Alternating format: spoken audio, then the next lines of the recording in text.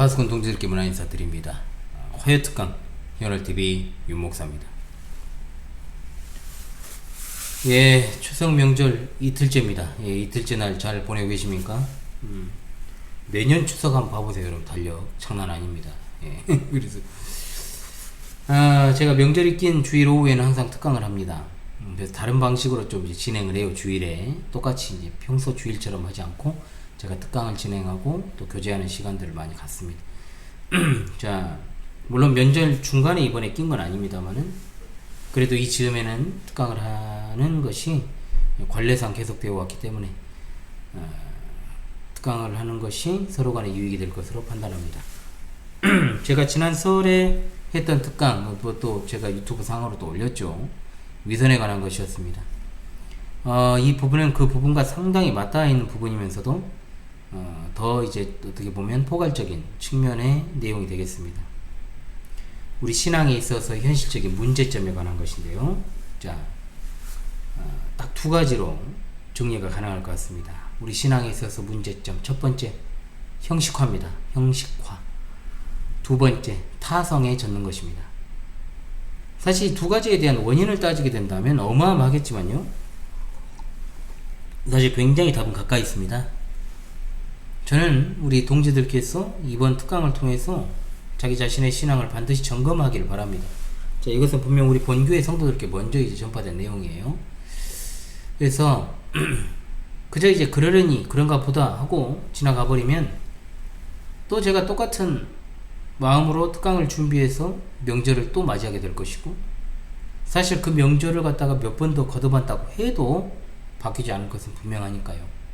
자, 지금 점검하고 바뀌는 게 중요하다. 일단은 첫 번째, 형식화입니다. 형식화. 자, 형식화의 끝이 바로 우리가 함께 공부했던 외식입니다. 신앙 자체를 자신의 내면의 문제로 보지 않고 다른 사람의 어떤 이목 그리고 평가를 의식하는 그런 것이죠. 자, 그렇게 되면 안 그런 척 또는 그런 척 하기 위해서 외모에, 즉 외양에 신경을 쓸 수밖에 없습니다. 자, 그러다 보니까 어떻게 됩니까? 내실은 없고요. 한껏 거칠에 치중하게 되는 거죠. 이것이 바로 형식화입니다.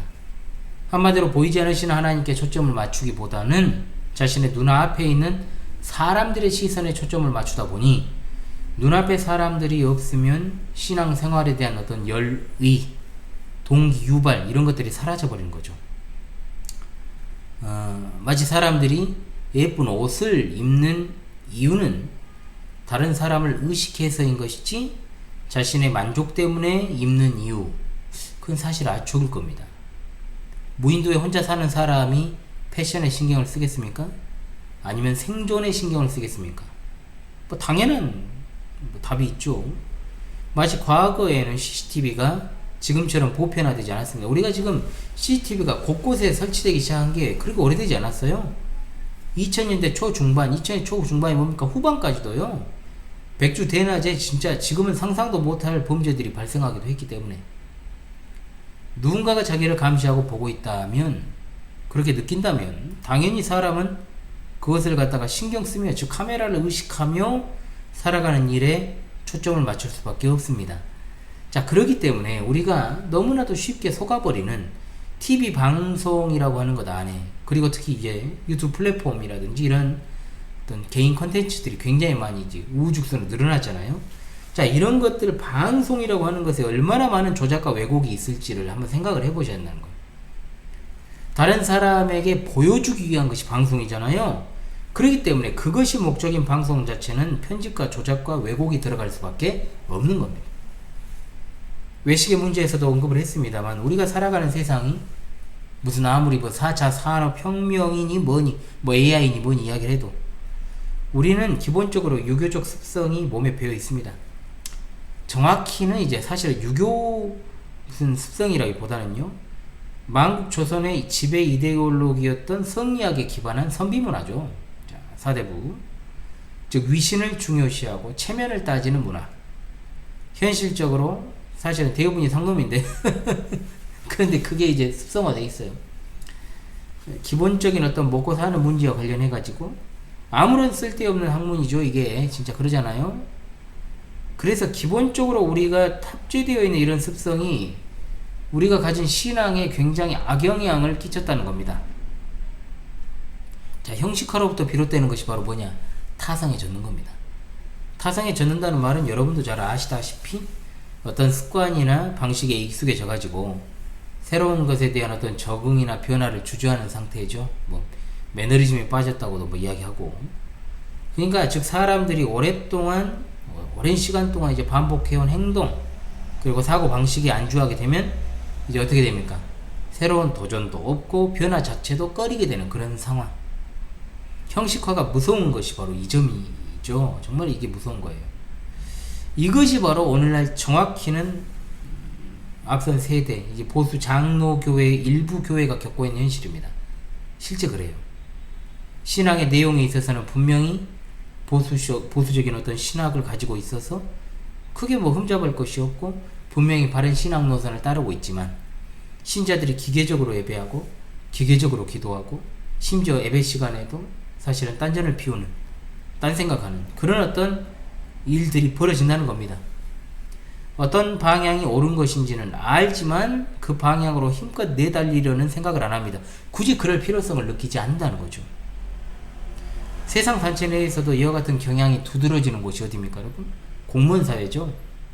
굳이 일을 열심히 할 필요도 없고 또 일도 없으니까 어느 시점이 되면 일은 다 누가 해요? 9급에서 7급이 다 하죠. 6급부터는 놀고 쳐있죠.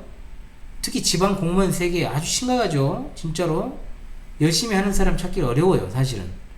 그러니까 제가 이런 말 하는 거죠. 뭐 굳이 열심히 한다고 해서 그런데 알아주는 것도 아니고 뭐 열심히 한다고 해서 월급을 더 주는 것도 아니니까 또 그냥 열심히 하면 어떻게 됩니까? 일이 더 늘어나요.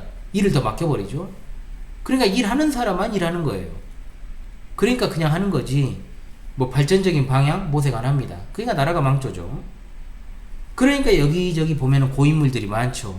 진짜 다 썩어가지고 있는 고인물들. 또 일은 하지 않는데 호봉은 많이 쌓이니까 한 달에 기본 3,400만 원씩은 기본적으로 받아가니까 사회에서 말하는 이른바 철밥그릇 이게 맞죠. 진짜 이게 맞잖아요.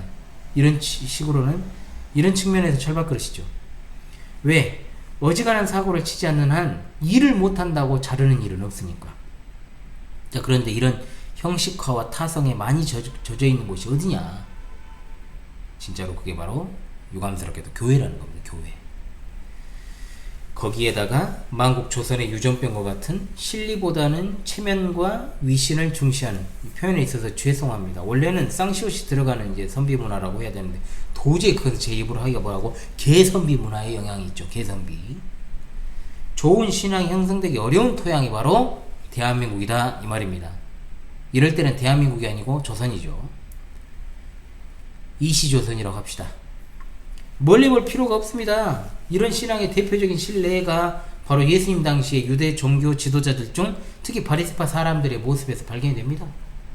우리 예수님께서는 신앙의 핵심 그리고 신앙적인 어떤 행동 습관 이것에 대한 근본을 인간의 내면에 주셨어요. 그냥 마음에 주셨다는 거죠.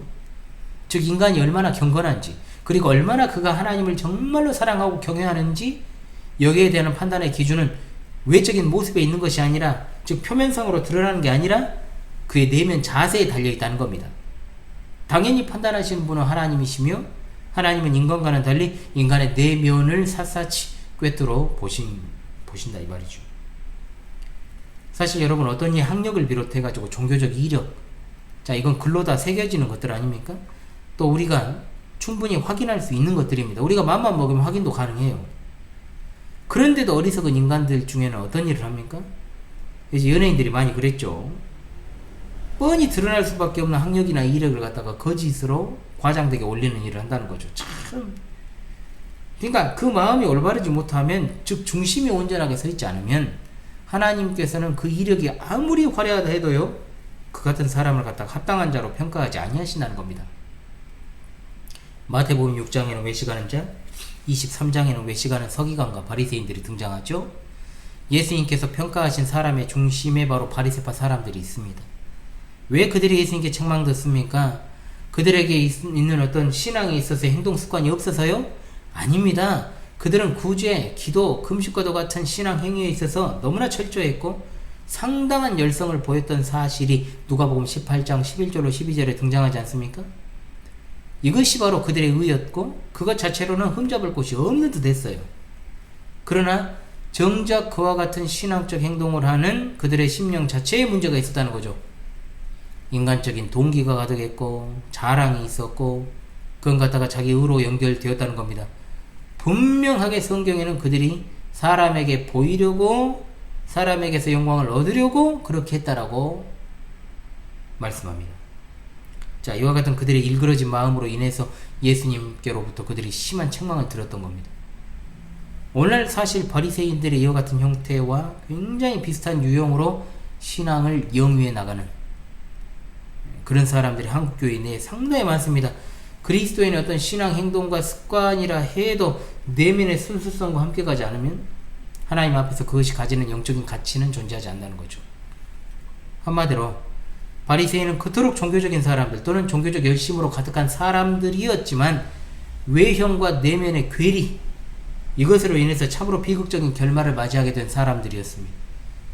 그리스도인의 신앙도 마찬가지입니다. 표면상 즉 형식화되어 있을 때 결국 그것은 무엇으로 흐릅니까? 위선으로 흐르게 되고 위선은 입술과 마음이 따로 노는 괴리로 전락을 하게 됩니다. 예수님은 바리새인과 서기관과 같은 종교적 리더 그룹에 있는 자들이 이른바 장로들의 유전이라는 것을 앞세워 손 씻는 것에 온통 진짜 마음을 쏟고 있을 때 그들의 핵심적인 문제가 입술과 마음의 괴리라는 것을 지적하십니다. 마태복음 15장 8절 말씀 이 백성이 입술로는 나를 공경하되 마음은 내게서 멀도다. 이미 이사야가 29장 13절에 예언한 내용이죠. 마음은 안 가요. 그런데 허울만 있고 내면적인 순수함은 전혀 없고 그저 기계적으로 유지되는 종교적 모든 습관을 따른 활동들 우리 교회 본교회로 따지면 가령 주일예배, 성찬식, 헌상, 주일 오후 요리문답, 공과, 제네바 학당, 유튜브 방송 이것을 갖다가 보고 하는 댓글 행위 그리고 단톡방에 대답하는 행위 사실 이러한 행동들은요 아무런 정말로 마음을 담지 않고 그냥 습관처럼 할 수도 있는 거예요. 진짜 아무 생각 없이. 물론 저는 진짜 그렇게 생각을 합니다. 우리 동지 여러분도 마찬가지고 우리 성도들도 마찬가지고 이와 같은 형식도 갖추지 못한 자들이 있죠. 또 그런 행위를 하는 것 자체가 싫어서 안 하는 분도 있다고 봅니다만 그것은 다른 차원의 문제니까 따로 다루도록 하고 일단은 이와 같은 모습은 그야말로 비극 중의 비극이다. 마음이 가지 않는 행위 참 안타깝죠.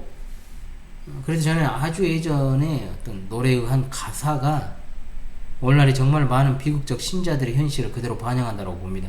제가 이걸 약간 개사를 했는데요. 그 전에 원래 가사를 한번 보죠. 제가 노래를 좀 부르려고 했는데 목이 좀 안 좋아서요. 부를까? 아니다. 부르진 않겠습니다. 여러분 한번 들어보면 알 거예요. 이게 무슨 노래인지. 옛날 분들 저녁이 되면 의무감으로 전화를 하고 관심도 없는 서로의 일과를 묻곤 하지. 가끔씩은 사랑한다 말로 서로에게 위로하겠지만 그런 것도 예전에 가졌던 두근거림은 아니야. 주말이 되면 습관적으로 약속을 하고 서로를 위해 봉사한다고 생각을 하지. 가끔씩은 서로의 눈피에 다른 사람 만나기도 하고 자연스레 이별할 핑계를 찾으려 할 때도 있지. 015B의 이제 아주 오래된 연인들이란 노래의 일부입니다. 후렴이 바로 이거죠. 처음에 만난 그 느낌, 그 설렘을 찾는다면 우리가 느낀 실증은 이젠 없을 거야. 전주가 굉장히 긴 노래로 유명하죠. 자, 그래서 저는 이걸 이렇게 개사를 해봤습니다. 주일이 되면 의무감으로 예배를 하고 마음도 없는 제가 이제 부를 수도 있어요. 노래를 부를 수도 있는데 막상 부르려니까 좀 그러네요. 마음도 없는 아멘으로 화답하곤 하지.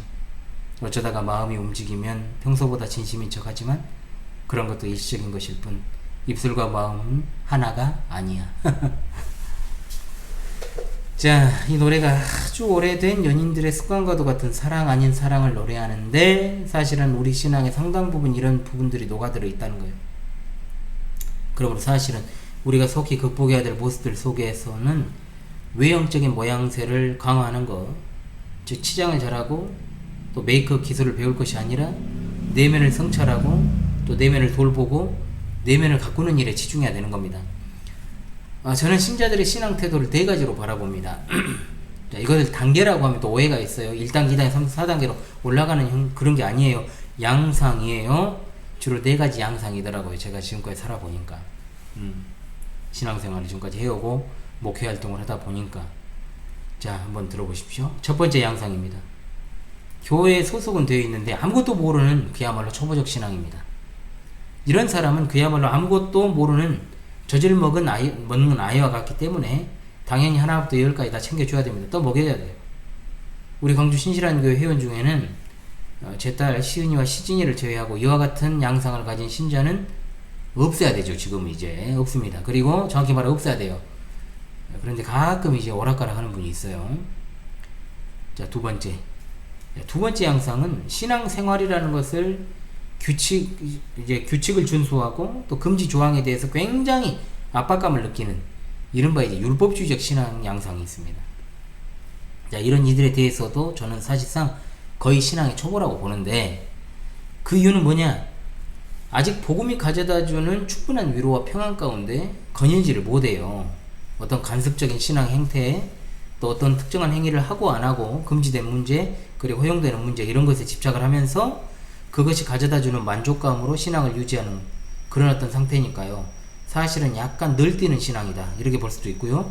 이런 경우에는 뭐 어떻게 되냐, 결론적으로 봤을 때 형식화되는 신앙으로 고착화되기도 하지만 그럴 땐 율법주의로 뭔 소리야, 남을 판단하거나 하는 태도로 이제 빠지는 경우도 많습니다. 아, 벌레 소리구나. 이런 신앙도 앞으로 가기가 좀 어려워요. 그리고 내면을 가꾸는 신앙으로 변화되기 어려우니까 속히 지금 즉시 전환시키는 것이 좋습니다. 굉장히 중요해요. 자, 세 번째 양상입니다. 신앙생활에 너무 익숙해져 있습니다. 그래, 녹익어 있습니다. 늘어져 있어요. 지금 쉽게 말하면 신앙에 있어서 의심하는 부분은 딱히 없습니다.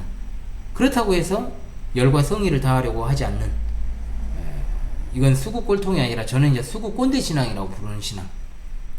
자, 여기서 제가 표현하는 것들은요 다 제가 만든 개념이에요. 수구 꼰대 신앙. 특별히 어우, 굉장히 시끄러워요. 벌레 소리가 이렇게 커요. 자, 수구 꼰대 신앙은 특별히 요동치는 신앙은 아니지만 발전도 없는 신앙입니다. 그런데 이 신앙이 수구이면서 보다 꼰대라는 건 굉장히 남을 또 정죄를 잘해요. 또 판단을 잘해요. 그러니까 이런 경향이 또 둘째가라면 서러운 어떤 모습이 나타나기 때문에 그렇습니다. 그러니까 두 번째와 세 번째 양상이 굉장히 비슷한 것 같으면서도 한국교회 신자들 다수에게서 혼재된 상태, 그러니까 특히 이제 보수 장로교단에서 오랫동안 소속되어 있으면서 그냥 어려서부터 계속 쭉 거기서만 신앙생활 한 사람들, 목회자 입장에서 보면은 어찌 보면은 첫 번째와 두 번째보다요 세 번째 수구 꼰대가 훨씬 더 좋지 않습니다. 좋아 보이지 않아요. 왜냐? 이번 특강의 주제가 결국 이 부류에 놓여있는 이들에 대한 것이 주를 이루고 있기 때문에 그렇죠. 네 번째 양상, 외우내강 신앙입니다. 자, 저도 이렇게 되기 위해서 지금도 수행 중입니다. 외우라고 하는 것을 오해하지 마십시오. 겉으로 부드러워 보인다, 좀 널널해 보인다 이렇게 생각할 수 있잖아요. 아닙니다.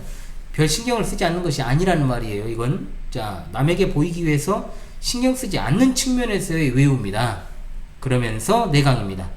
내면은 겉으로 보여지는 것보다 훨씬 더 단단하고 굳센 신앙.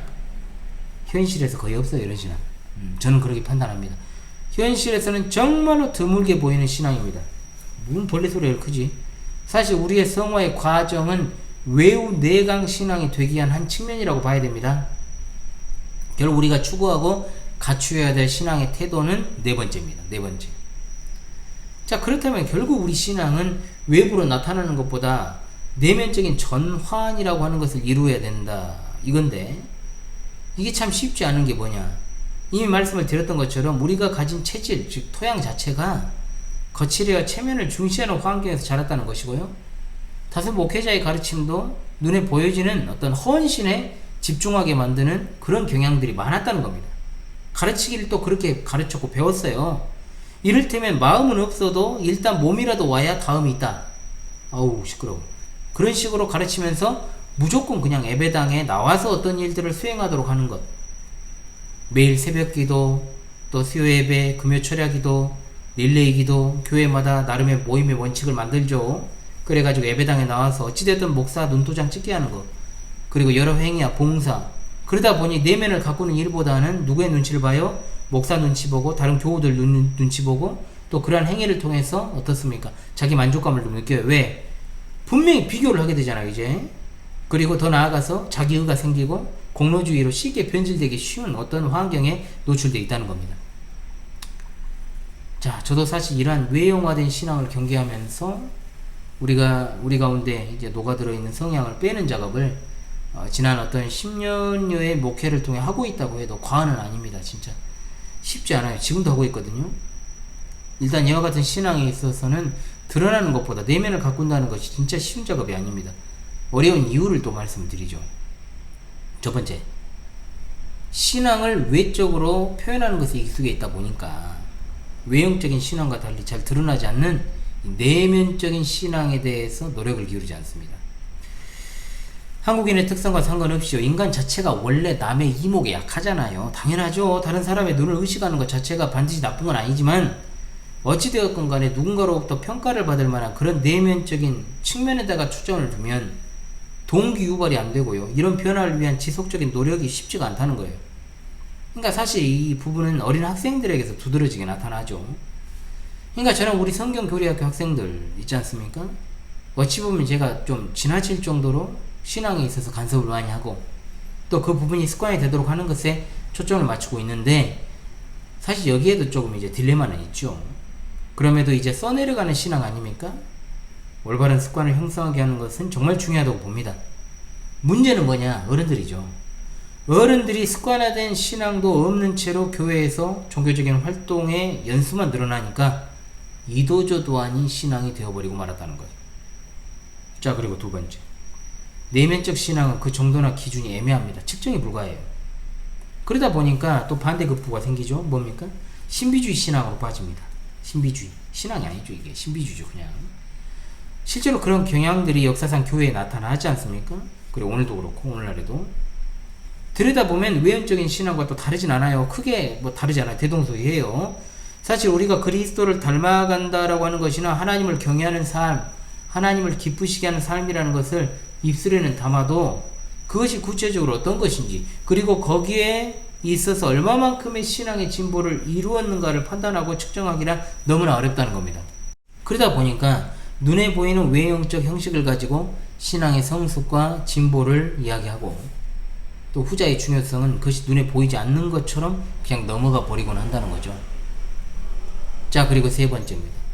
내면적 신앙의 성숙은 혼자가 아니라 다른 이들의 도움을 통해 이루어진다는 것.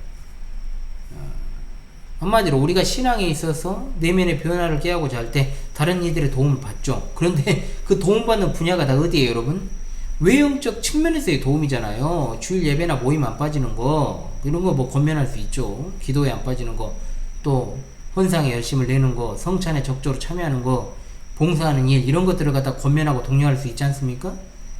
그러나 우리의 신앙적 도움이 내면에 있어서 어떤 동기, 문제, 그리고 마음의 상태를 지향하게 된다면 사실상 굉장히 불투명하고 애매해지게 되기 때문입니다. 한마디로 신앙의 외형적 측면을 가지고 신앙을 측량하다 보니까 내면의 문제에 대한 개념이 없어요. 다소 신비주의적 방향으로 흘러버린다는 거예요. 또 극단으로 가면 진짜 문제네요. 그럼 어떻게 해야 내적인 면모를 갖다가 지속적으로 갖고 나갈 수 있느냐는 거죠.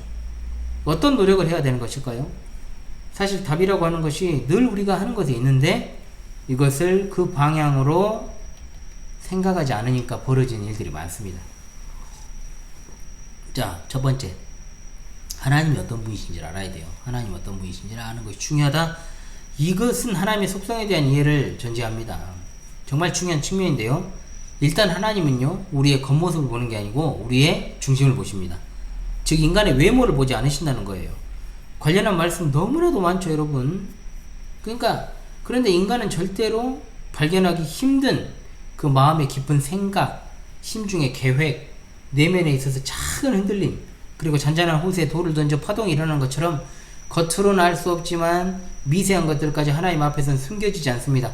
한마디로 제가 즐겨 쓰는 표현인 사각지대가 전혀 없는 하나님의 눈앞에서 우리가 살아가는 존재다. 그렇기 때문에 우리가 항상 삶의 온매무새, 다른 사람이 없을 때 그 삶의 온매무새를 점검하고 또 점검해야 된다는 거죠. 없을 때 모습이 중요하다. 다른 사람 없을 때. 왜? 오로지 하나님의 눈만 의식할 수 있으니까. 자, 두 번째, 우리 내면을 끊임없이 제어하는 일이 필요하다는 거죠. 모든 것은 마음의 문제다라고 하는 것이 이번 특강 주제 아닙니까? 기본적으로 눈이 나를 범죄하게 하면 눈을 빼버리라고 했던 것처럼 어떠한 것을 바라보지 않는 것이 좋다는 거예요. 사실은 그래요. 바라본다라는 것은 학습입니다. 사람은 학습한 대로 행동합니다. 특히 나 자신이 드러날 수 있는 상황, 그리고 다른 사람과의 비교 선상에 놓일 수 있는 그런 상황 자체를 피해야 됩니다. 그런 언어도 쓰면 안 돼요. 인정받으려는 태도 자체를 버려야 됩니다. 우리 신앙은 그저 위에 계신 하나님이 보고 계시기 때문에 그렇게 하는 것이 되어야만 하는 거죠. 그렇다면 우리 내면을 갖다가 뭘로 채워야 되냐 이 말입니다.